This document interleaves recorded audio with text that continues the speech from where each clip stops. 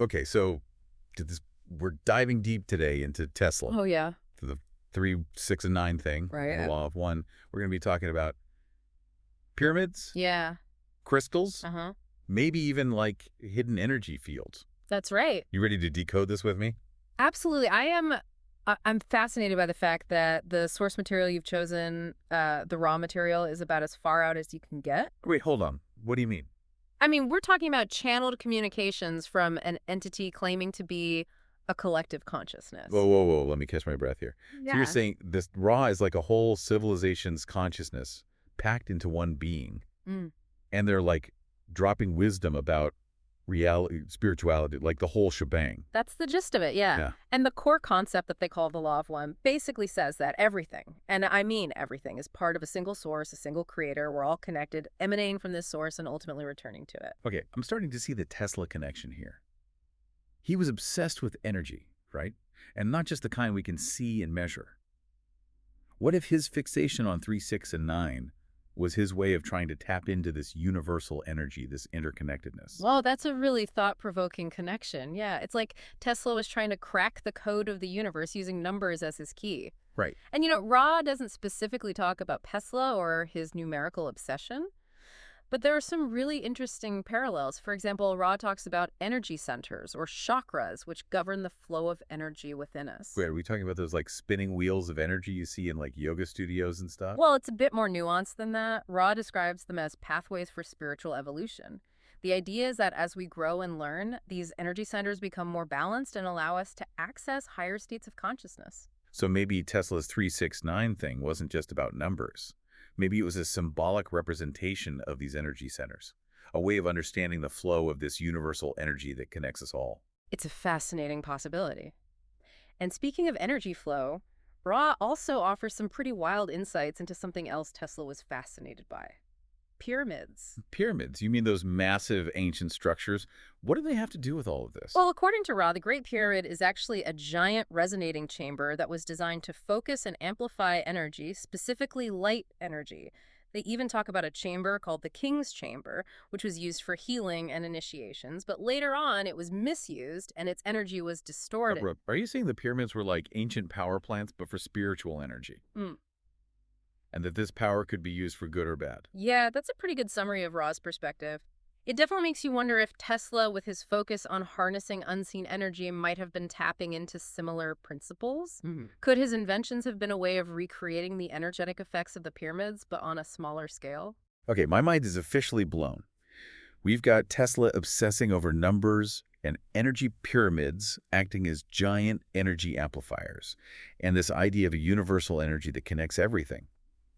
Where do crystals fit into all of this? I see those in your notes too. Ah, yes, crystals, Ra describes them as amplifiers of energy, Okay. but there's a catch. They only work if the user is balanced and aligned. Oh, really? Yeah, so a crystal in the hands of someone with a blocked energy system might not do much of anything. Hmm. So it's not like crystals have magical powers on their own. It's more about how we use them, how our own energy interacts with theirs. Exactly. It's Yeah. about personal responsibility aligning ourselves with this universal energy. Now, remember how we were talking about Tesla possibly tapping into this energy?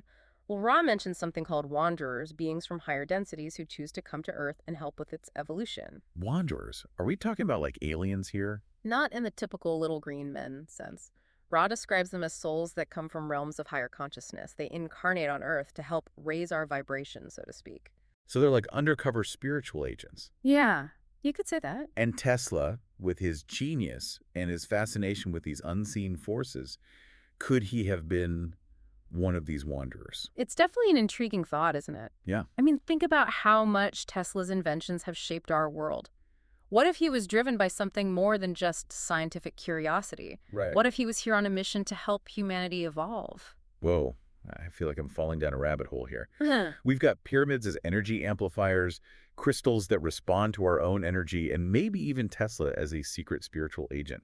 My brain needs a minute to process all of this. Yeah, take your time. Yeah. It's a lot to unpack. Okay.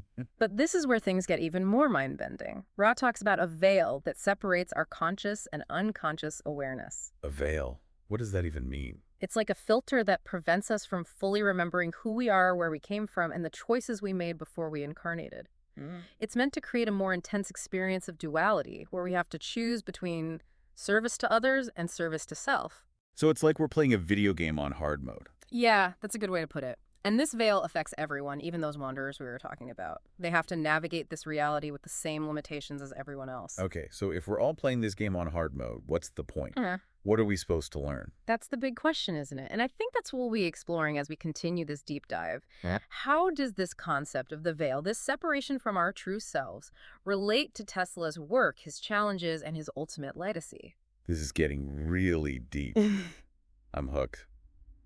Where do we go from here? Well, let's shift gears a bit and dive deeper into this concept of service to others and service to self.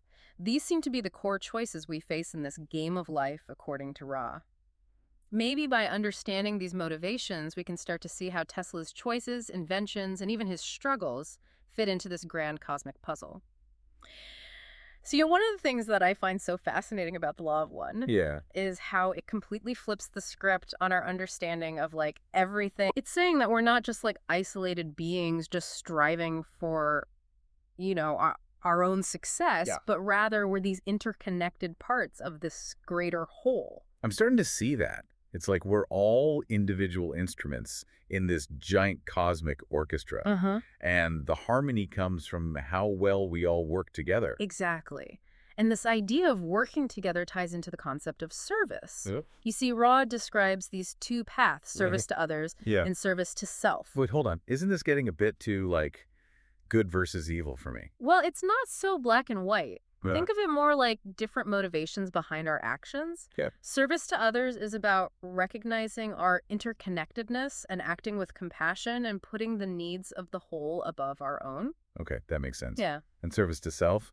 I'm guessing that's about prioritizing our own needs, even if it means, like, stepping on others to get ahead. That's one way to look at it. But what's really interesting is that Ra says that both paths are necessary. Oh, really? Yeah, for the creator to fully experience itself. Hmm. It's through the interplay of these contrasting motivations that we learn and grow and ultimately evolve. So it's not about judging one path as good and the other as bad. Right. It's more about understanding the forces at play Yeah, and making choices that align with our own understanding of our place in the universe. exactly.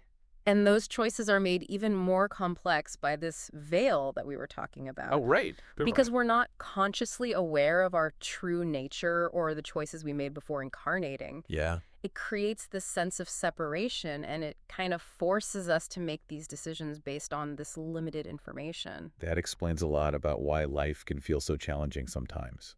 We're basically stumbling around in the dark, Yeah. trying to figure out what it all means and what we're supposed to do. But that's also where the beauty lies. Hmm. It's in those moments of uncertainty when we're faced with those difficult choices that we have the opportunity to truly learn and grow. So how does Tesla fit into all this? Was he driven by service to others, service to self, or maybe a bit of both? That's a great question. Yeah. Well, think about his inventions. Okay. Some people argue that his wireless power technology, if it had been fully realized, could have benefited all of humanity. Yeah, that sounds like service to others to me. Hmm. He wanted to provide free energy for everyone. Right. But on the other hand, he also faced accusations of being ego-driven. Of wanting recognition and fame for his work. There were even claims that some of his inventions were aimed at developing powerful weapons. So maybe there was a mix of motivations at play. Yeah. But, if we're all operating under this veil of forgetfulness, Yeah. wouldn't that make it even harder to figure out those motivations, Mm-hmm. both in ourselves and in others? Absolutely. And this is where things get really interesting. Oh, boy. Ra mentions that negative entities, those aligned with service to self, can sometimes take advantage of our own distortions. We were thinking about, like, evil spirits or something. It's not that dramatic. Think of it more as these entities amplifying our existing fears, our doubts, our anger, tempting us to act in ways that don't serve our highest good. So they're like emotional manipulators using our weaknesses against us. That's creepy. It can be unsettling. But remember, we always have the power of choice. Okay. We can either succumb to those negative influences, Right. or we can use them as opportunities to learn and grow. So it's like a cosmic test. Yeah. We're constantly being challenged to choose between those, like, lower vibrational emotions and a path of love and compassion. Yeah, you could say that. Uh-huh. And the choices we make, whether motivated by service to others or service to self, they shape our spiritual evolution. It's like a cosmic game where every move counts. This is heavy stuff. I need a minute to process this. Take your time. These are complex ideas. Yeah. But remember, the key takeaway here is that we're not just pawns in some cosmic game. Okay. We have agency. We have the power to choose. Okay, I'm starting to wrap my head around this. Yeah. But how does this all relate back to Tesla and his work? Hmm. Was he aware of these forces at play? Was he consciously choosing between service to others and service to self? Well, we can only speculate, of course. Yeah. We don't have access to Tesla's innermost thoughts. Right. But what we can do is look at his life, his inventions, Yeah. his struggles, his legacy through this lens of the law of one and see what insights emerge. That's a great way to approach it. So if Tesla was indeed a wanderer sent here to help humanity evolve, what might his mission have been? And how did his choices, both the positive and the negative ones, contribute to that mission? Those are excellent questions. Yeah. And I think the answers might be found in Tesla's fascination with energy, his unwavering belief in the power of the human mind, and his pursuit of a better future for all. This is getting more and more intriguing. I'm ready to delve deeper into Tesla's work. Okay. His beliefs and his legacy, armed with this new understanding of the law of one and these forces at play in our universe. Okay. What do you say? Let's do it. Yeah. We'll explore how Tesla's 3, 6, and 9 obsession might be connected to the very fabric of reality, how his inventions could be seen as expressions of this universal energy, and how his life story, with all of his complexities and contradictions, serves as a reminder of the power of choice, the challenge of duality, and the ultimate goal of unity. You know, I've been giving all this a lot of thought, and honestly, my head's spinning a bit. We've gone from Tesla and his numbers to pyramids as energy sources, and now this idea that we're all like players in this cosmic game of choice. Yeah, it is a lot to take in.